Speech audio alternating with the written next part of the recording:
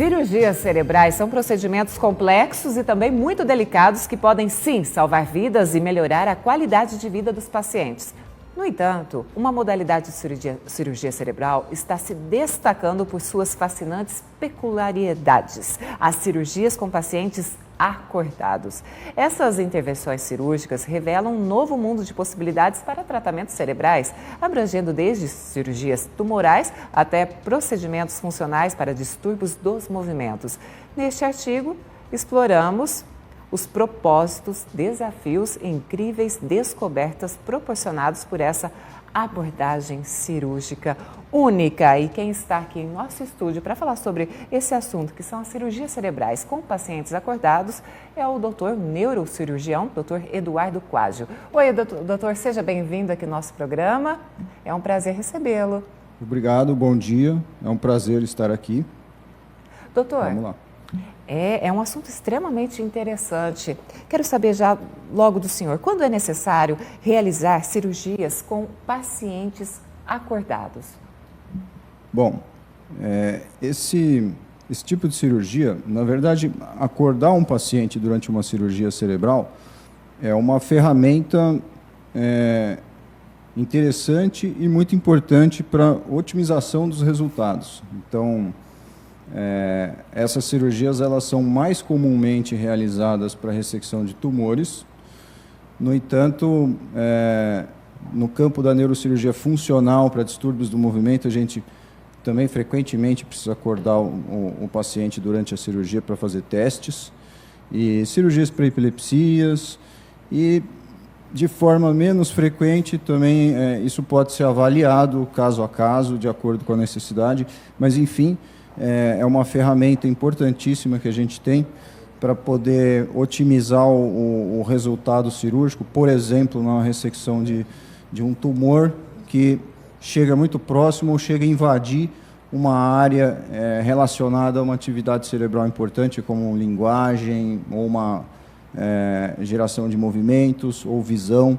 Então, dessa forma, a gente consegue mapear em tempo real até onde a gente pode ressecar essa lesão, até onde a gente pode retirar o tecido tumoral sem prejudicar funções vitais para o paciente. Doutor Eduardo, esse tipo de cirurgia, né, a cirurgia cerebral em paciente acordado, como é feita no caso de crianças? A gente eles ficam assim, tranquilos, doutor? Eles são sedados, ok? O paciente não fica acordado normalmente como a gente está aqui. Existem drogas que são feitas para retirar a ansiedade, sedação. A gente faz anestésicos locais na pele, nos tecidos que vão ser cortados, eles estão anestesiados. O que não ocorre é aquela anestesia geral profunda, com intubação. Então, o paciente ele não sente dor, a gente vai controlando. Caso ocorra alguma sensação de ansiedade, mal-estar, dor, o anestesista, a equipe, né, são cirurgias que são de cunho multidisciplinar, tem anestesista na sala, tem neurologista, neurocirurgião, neuropsicólogo. Então, existe uma equipe por trás preparada para essa situação. Né? Então, por exemplo, no caso de uma criança que fica ansiosa e começa a ter dor, o anestesista logo vai aumentar a infusão de sedativos e analgésicos, e a gente vai adaptando a situação de acordo com a necessidade. Doutor Eduardo, o que são as chamadas cirurgias funcionais? Cirurgias funcionais, na verdade, a neurocirurgia funcional é uma subespecialidade da neurocirurgia e envolve uma série de procedimentos, principalmente relacionados a distúrbios do movimentos e dor. Isso principalmente isso, mas também trata muito de doenças que causam epilepsias e, enfim, tem esse nome de neurocirurgia funcional porque é uma área dentro da neurocirurgia que atua muito no sentido de modular e influenciar funcionamento de áreas cerebrais. Então, é a área da neurocirurgia que mexe com neuroestimuladores, eletrodos de estimulação cerebral, eletrodos de estimulação medular, enfim, moduladores da atividade do sistema nervoso. Doutor, toda cirurgia tem o seu risco, correto? Sim. Nesse caso, nesse tipo de cirurgia em questão que nós estamos falando aqui, quais são as chances, o que faz dela um sucesso? Vamos pegar, por exemplo, vou te dar 2 exemplos de neurocirurgias com pacientes acordados. Primeiro é o mais comum, uma ressecção de um tumor cerebral. O que a gente considera uma cirurgia bem sucedida é uma ressecção máxima com dano mínimo, ok? Então, vamos tomar, por exemplo, um tumor, o paciente precisa retirar um tumor cerebral que está infiltrado na área da fala. Então, eu preciso retirar o máximo que eu conseguir e causar o mínimo de dano, se possível, nenhum dano na linguagem do paciente. E, claro, também que ele tem uma ótima recuperação, uma recuperação tranquila, sem dor e sem déficits. Isso numa situação em que a gente está falando de um paciente que submeteu-se a uma craniotomia acordada para ressecção de tumor. Agora, numa cirurgia funcional para distúrbios do movimento, por exemplo, uma cirurgia de Parkinson, em que a gente implanta eletrodos profundamente dentro do cérebro para minimizar as alterações, os distúrbios do movimento que a doença avançada causa. E a medicina, doutor, está avançando bastante nesse... Sim, nesse quesito. Só concluindo. Sim. Então, uma cirurgia funcional bem sucedida para distúrbios do movimento com implante de eletrodos cerebrais para controle dos distúrbios do movimento, o que eu consideraria o sucesso seria um implante milimetricamente posicionado, quer dizer, precisamente inserido e funcionalmente adequado, quer dizer, que exerça a função que ele está lá para fazer, que é controlar os distúrbios do movimento do paciente. Desculpa, falando sobre a evolução. A evolução da medicina. Sim, é um campo que tem evoluído absurdamente nas últimas décadas e cada vez a gente tem acesso a melhores tecnologias, melhores possibilidades, novos conhecimentos vêm sendo divulgados cada vez mais.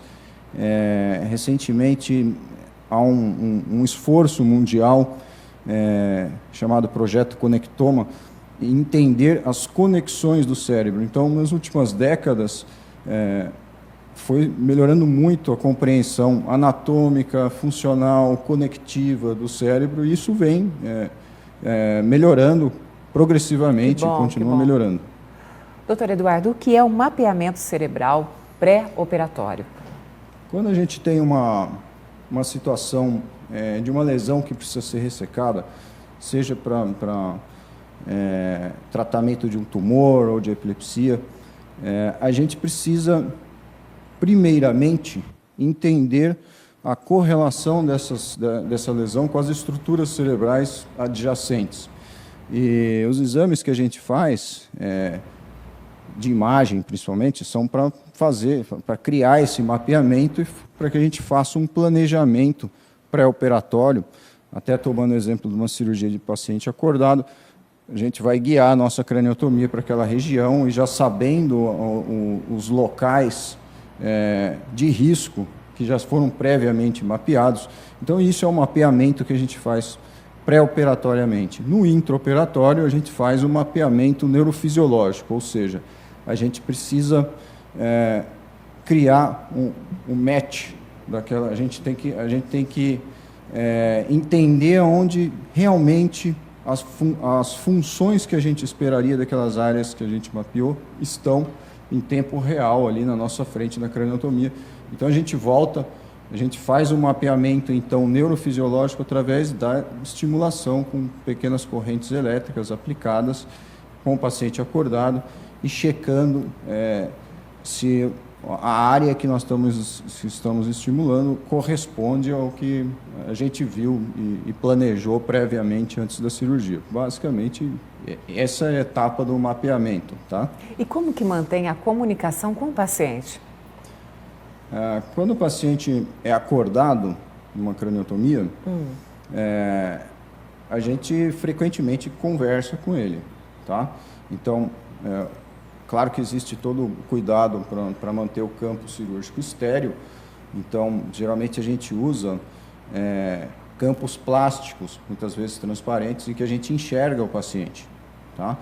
Agora, é importante esclarecer que o médico neurocirurgião, ele também conversa com o paciente, mas quem mais faz essa função é quem está lá ao lado do paciente, muitas vezes o neurofisiologista ou o neuropsicólogo, que está ali em contato direto com o paciente, o anestesista também, e o cirurgião fica do lado de trás do campo plástico ali, tem acesso, conversa também, mas ele está concentrado no ato cirúrgico em si. Doutor, a cirurgia finalizou, terminou, e agora eu quero saber o próximo passo, que é a recuperação. Sim, a recuperação, ultimamente, cada vez vem melhorando mais, através das técnicas anestésicas que melhoram também, cada vez vai melhorando mais, as técnicas cirúrgicas também cada vez mais refinadas. Então, isso de uma forma geral faz com que o processo de recuperação também tenha avançado muito nos últimos anos.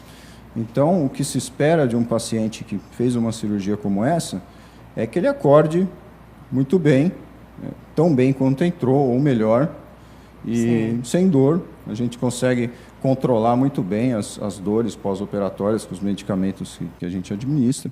Ou seja, são recuperações que não são tão dolorosas quanto talvez as pessoas imaginem. É relativamente tranquilo. Tá? Assusta, sabe, doutor? É uma cirurgia que deixa... A gente fica bem apreensivo, eu acho. De fato, é uma situação que gera ansiedade, precisar de uma cirurgia como essa. Mas é importante as pessoas saberem que o avanço tem sido fenomenal. A gente tem recursos extraordinários. Hoje em dia a tecnologia aumentou muito. A farmacologia melhorou demais, as técnicas anestésicas, cirúrgicas, enfim, técnicas de apoio, tudo isso vem melhorando muito e esperamos que assim continue progredindo e melhorando, né? Essa é a tendência. Doutor, para quem ficou com alguma dúvida, gostaria de conversar com o senhor, tem um canal de comunicação? Eu sempre peço para o pessoal que passa por aqui, às vezes um Instagram, né, uma rede social, enfim, um telefone. A forma mais fácil de me encontrar é através da minha rede social, Dr.Eduardo neurocirurgião. Lá tem os locais que eu atendo, enfim, é um canal de contato bom para quem estiver me procurando. Perfeito, quero agradecer muito a sua participação, seus esclarecimentos aqui no nosso programa sobre um assunto tão importante. Muito obrigado, eu que agradeço o convite. Volte sempre, doutor Eduardo. Muito obrigado. Ótimo dia.